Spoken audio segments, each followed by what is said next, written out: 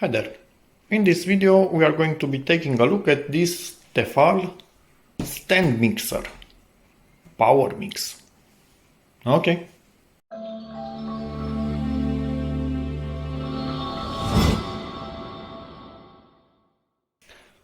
So overall I was always a fan of this type of mixers, all in one unit, let's say like that. Hands-free, maybe. I mean, my wife was a fan of them. I don't use mixers. Why would I? I'm a manly man. Anyway, we had one of these, Ufesa, I think. It got damaged in half a year or something like that. Quite quickly, it just simply burned out. It's spinning really slowly, unusable. Just didn't have time to fix it. I will try in a video on my channel in the future to see if I can fix that one, but anyway, got this on some points from a card, whatnot, so we didn't even pay anything for this. It was 100% worth it.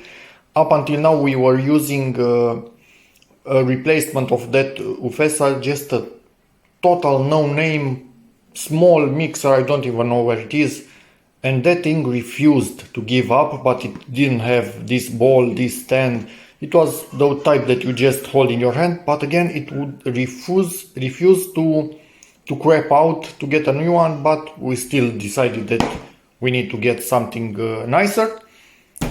Here Tefal comes into play. Hopefully it will last longer than the Ufesa did. In theory they have this really nice thing, repairable for 10 years. This is part of the right to repair movement, as far as I know, a product of that. Which means they will have parts for this for 10 years from the moment they start making it, or from the moment they stop making it. Anyway, something like that. But at least somebody has thought that, okay, this should be replaced. Repaired, not replaced. Replaced is what they liked to do before. When anything gets broken, okay, buy a new one. You cannot repair it anymore. Well, we want to repair it. So there's that. What's in the box? Yes, camera focus. Tilted ball. You see this? The Ufesa did not have a tilted ball. It was the ball that was spinning by itself, but not tilted, which is nice because many times when you do it, you hold the ball yourself, you actually tilt it. So this being directly tilted, awesome from my part. Yes, the speeds, whatever. This is what we get in here. Stainless steel and the power 500 watts. And I wish I could eat one of that now. Hopefully wife will cook something nice with it. Okay. Yeah, I have no idea what they mean. Presumably, okay. Egg whites whisked in 60 seconds. And they give you the info here on how that happened. Anyway, I guess that's good. I have no clue if that's quick enough or not quick enough. Camera focus maybe today. I will take a look at the manual and tell you if there's anything interesting in here. This, which, two things about them. One thing, obviously great that they are stainless steel and not chrome plated or something like that. But what I don't like, camera focus again, this, they are made of plastic, so this part of it is the part that will break sooner or later.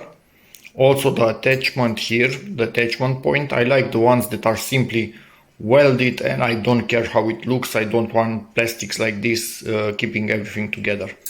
So from my part, this is a big minus to this thing. If this were metal, awesome. Or if they were I might be a little bit dumb, although I still don't like that they are plastic at all. But maybe these are made just to make a connection with this. We will see. Actually no, it's not possible, no, because look at it, they are there in the middle, so this is connected directly through the stand or the mixer somehow. Nah, nope. Still don't like this at all, the plastic. but whatever, hopefully they will last just a tiny bit. Again, why are these so thick and strong, but then you give me plastic? Does not make sense in my opinion. Hopefully I'm just not understanding something right, and they are actually connected in another way to the mixer and they spin around based on this or something. I hope that I'm wrong and they are not spinning around just based on the plastic, because that would suck. Cable. Why isn't this tight? I have no clue, but as you can see, this is the factory version. It wasn't ever tightened. Means not too much, honestly, just maybe a bit of lack of attention to details, but yeah, that's the least of my worries, honestly. Let's see what else. Something fell in there. Okay, is this to clean the... Yep, this is the perfect shape to clean the edges of the ball, which is also nice. Glad that they included this. I didn't even knew this was a thing. Flexible, obviously. So, yep, I like it. Continue the mixer itself here and the ball. So let me get this out of here and get back to you. So let's read the instructions. We have here a quick guide. Joking. I think this is the size of an A1 sheet, and I don't have a clue what's happening here. So the text in here is really big. Let's go to a language that most people understand, maybe on the other side. Do we have... Yes, this is English. Okay, so huge text in here, tiny text in there. What? So what's the point of this? Anyway, these are the safety instructions, so I will just pan over them slowly and you can pause at any time. The tiny text will be a pain to actually read, honestly, on video, probably for you. I will try to give it a bit of a slower pan and a closer inspection. So feel free to pause at any time and then I will continue. I honestly use my own videos to check manuals because I don't keep them. I don't want a house full of weird and old manuals of various products. International warranty. So I don't know what happened with that thing, with that weird big and small text. Doesn't make a sense to me. Anyway, let me search once again for English. Oh Jesus, what are you thinking, Tefal? This is camera focus. Let me search for English and be back in a second. Here's the English part of it.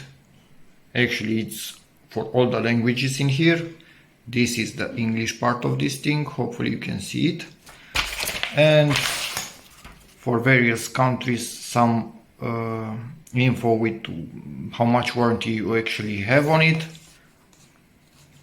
I wouldn't like to be in one of the countries where you only get 1 year, because that's honestly just a joke. Not even 2 years is enough. Companies should start giving, I don't know, at least 3 years, maybe 4 or 5. But anyway, takes only one big company starting to do that, and slowly they will all do it, so I hope that will happen soon. And this is the instructions manual, and I noticed something that makes things a little bit better. So this is actually driven by the metal sides in here. Don't know a good word for them, honestly. And the plastic is driving actually this. You can see by rotating that we are spinning this. So if this breaks, maybe you eat a bit of plastic if you don't notice in your food, or this stops spinning. I hate to see plastic gears on anything. It's not a matter of if they will break, is when they will break. But in here, yes, it's a bit less bad. Anyway, worst case, this will not be spinning anymore, so we can live with that. Let's see if we want to open it from that button. Here are the huge cogs. This will not break. So these huge ones will not break. The small, this has the biggest chance of breaking. These are the tiniest of this whole SE. These have a smaller chance of breaking. This will break first. And presumably we also have a few cogs inside of here that take the movement from here to there. Anyway, I hope I will never see them breaking, but experience tells me that they will. So if you want to close it, push on this, let it down. Movement is really fluid, so I don't see a problem with that. Let's see the mixer itself. This is decently heavy, so it gives a feeling of a well-built product.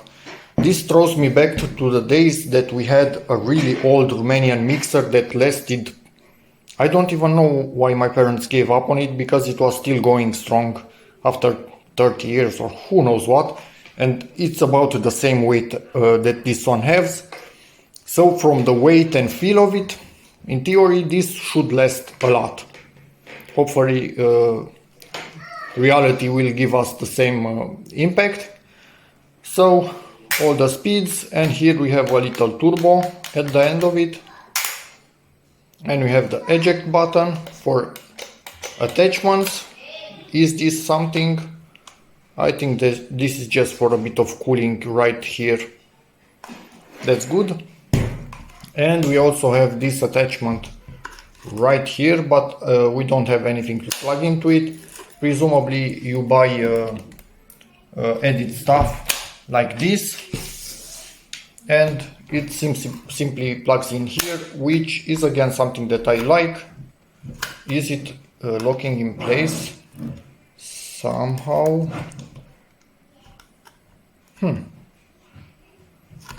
This should be locking in place somehow. You can see that's a bit weird. So if I move it to the right, let me see how I can lock that in place. Found actually the flimsiest part of it, and no, this is not locking in place. This is spring loaded. It's barely covering this hole in here. So this is the flimsiest part of it. The plastic is really thin. Don't like how it sounds, how it looks, how it feels. And the locking and unlocking are showing you the direction of the thread inside for the attachment. So yeah, there's that. This is just a cover for that. You don't want the fingers of your child poking in there, but this cover really flimsy, and you can even see it's a bit different color of material. So yeah, the cable, as you can see, free to move in here. Nice release on it. No problem with that. Let's put this in its position and presumably lock it. Yes, you just push it in place to lock, and if you need to get it out, eject button right here. Can I do it with one hand? I think I can. Yes, I can do it with one hand. Nice. Everything feels quite okay. Again, this is flimsiest, and I'm not a fan of these plastic cogs, but hey, there's that. So let's see how we can actually put some attachments in here and how they feel. Obviously, as ever, yes, this will fall down, because why wouldn't it? The smaller one goes in here and locked in place. Camera focus, not cooperating today at all. And the bigger one goes in here. Rotate it until you can actually find its place. I don't think I found it. I think here it's its place now. Yes, and lock in place. So yeah, looks good when they are in. Let's see the eject. I said eject, and they did eject. This is quite stiff when you have the attachments in, so you need to press on it quite firmly. but in time presumably it will get a bit less stiffer, as some things do. So yeah, these are extremely thick, so I think these are for dough. I've never seen the thicker than this, but then again, looking at the end of them, the end is thinner, or is it thinner? No, it's the same thickness. Camera focus. So yeah, it's good. It's good. I like it. So at this point in time, I will let my wife use it. Yes, I will give you a quick browse to the manual. Yeah, nothing in here. Some pictures in here and some really small and stubborn to read text. Hopefully you can read it.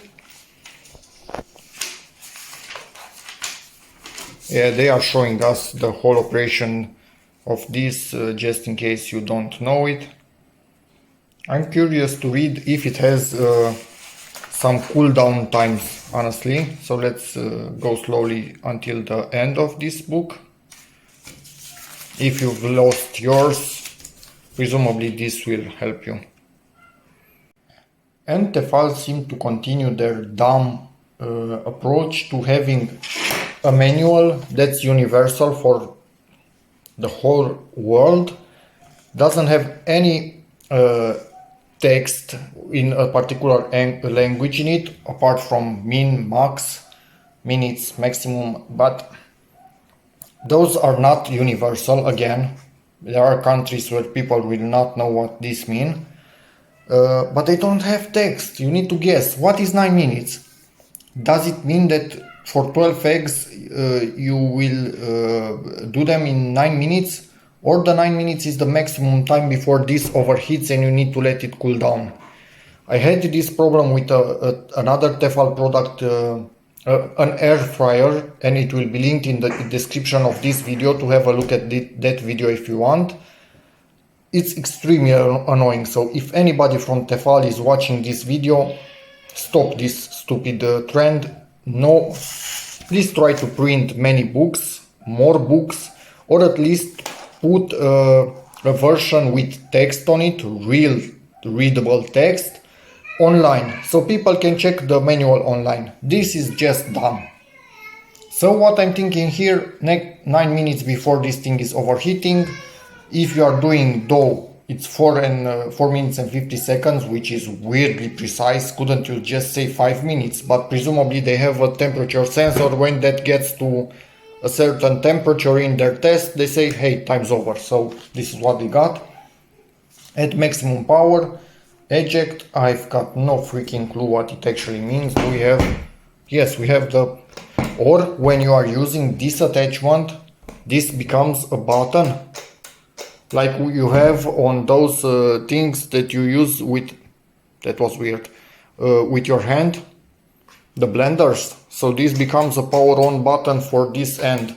So you cannot leave it on and stick your fingers, although you have a second hand to stick fingers in there if you want to cut yourself. Anyway, I don't know. Presumably that's what's happening. This becomes a button. Another type of dough, and you have this attachment, and then you have 8 minutes. Or this is the time to create this particular mixture. Tefal, stupid stuff, don't do it anymore. Anyway, so you can wash with water in the sink or in the dishwasher. This, nope. This you only can wipe it with a cloth, presumably a bit damp. These things, you can do whatever you want to them, anywhere, they don't have an issue. That one that you need to buy separately goes, you can wash it sink and dishwasher, and not by hand because presumably, or not with a cloth. Why? I want to do a cloth, what? Anyway, doesn't mean anything. The body of this thing only with a cloth.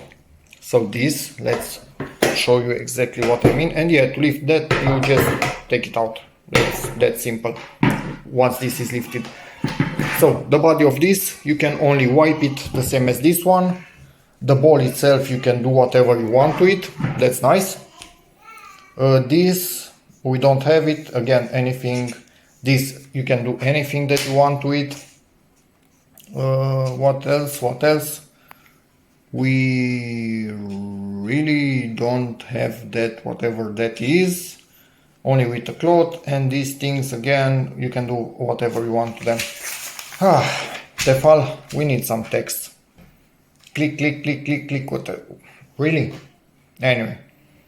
And why is there just a click in there? Because here you are showing us that you need to actually rotate it.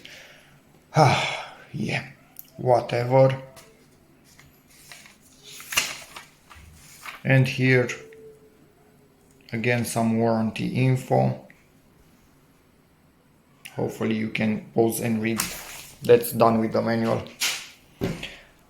Okay, overall, this is thick enough. I don't see any issues with it whatsoever. This, again, seems to be okay. We have some rubber feet on this, so it should stay in position. Plastic decently thick. Yep, I don't see a problem with this up until now. Again, this I'm not really a fan of, and this at the end, which is willy-nilly. At least I was hoping it will lock somehow, so if I don't have this attachment, I know it's always locked, covering the hole, not with that gap right there. Annoying. My OCD is kicking in, honestly. But yeah, that's about it. We'll be starting to use it, and I will report through this video if anything is okay with it.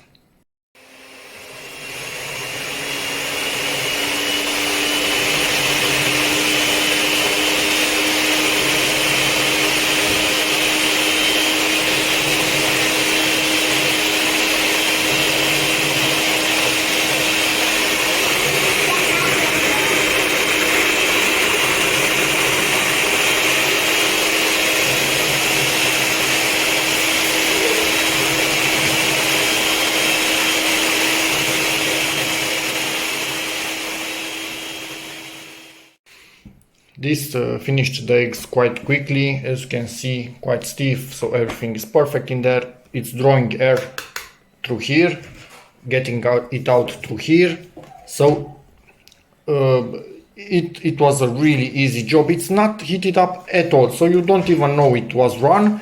So maybe those times are not maximum use times, are actually just the times required to finish the job with 12 eggs and whatnot. It was shown in here.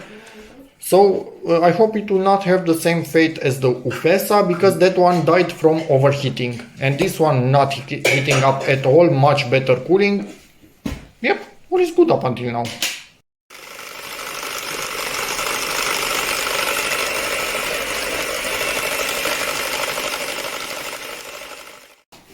It worked perfectly also on the yellow part of the egg. Is that the yolk? Anyway, I don't know. And mixed it with some cheese, and this thick part came out, and now they need to be put together, and daughter's helping along. So yeah, this still cold to the touch, just 1 or 2 degrees warmer maybe in this part, but up until now this thing is a beast. At least this part of it is a beast.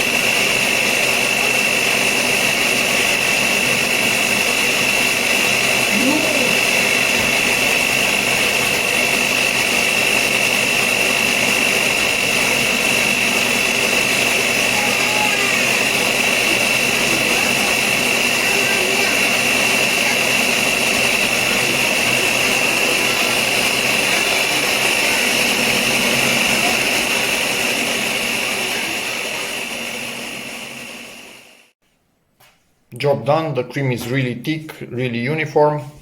This thing still cool. Daughter's helping. So Yep, I like it. I meant to say my wife likes it. Maybe to get an idea of how inclined this thing is. Quite inclined, as you can see. So, yep, it seems it's perfect. They thought about this quite well. Forgot to mention that on the underside of this, there are some rubber feet that keep it in place while working, so even from vibrations it will not move. Really nice. Okay, so we are using this thing for a good while already, and we had absolutely no issues with it whatsoever.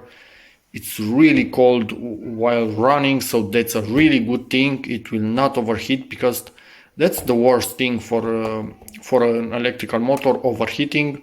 So the only points of failure, in my opinion, the gears that drive this thing, and that's about it, honestly. Maybe this cover somehow you can damage, but the rest of it is built like a brick, and I honestly do recommend you get it. Zero issues whatsoever. Even this ball is really thick. Worst case, yes, you will end up spinning it by hand, but still it stays nicely in place. So even if you are doing this, would it be that bad? I don't think so. So thumbs up. Tefal, again, really good product. Documentation without any text in it, quite annoying, but the product delivers once again. So hope this video helps you, in which case please give it a like, check out my other videos, and as always, see you in the next one. Bye.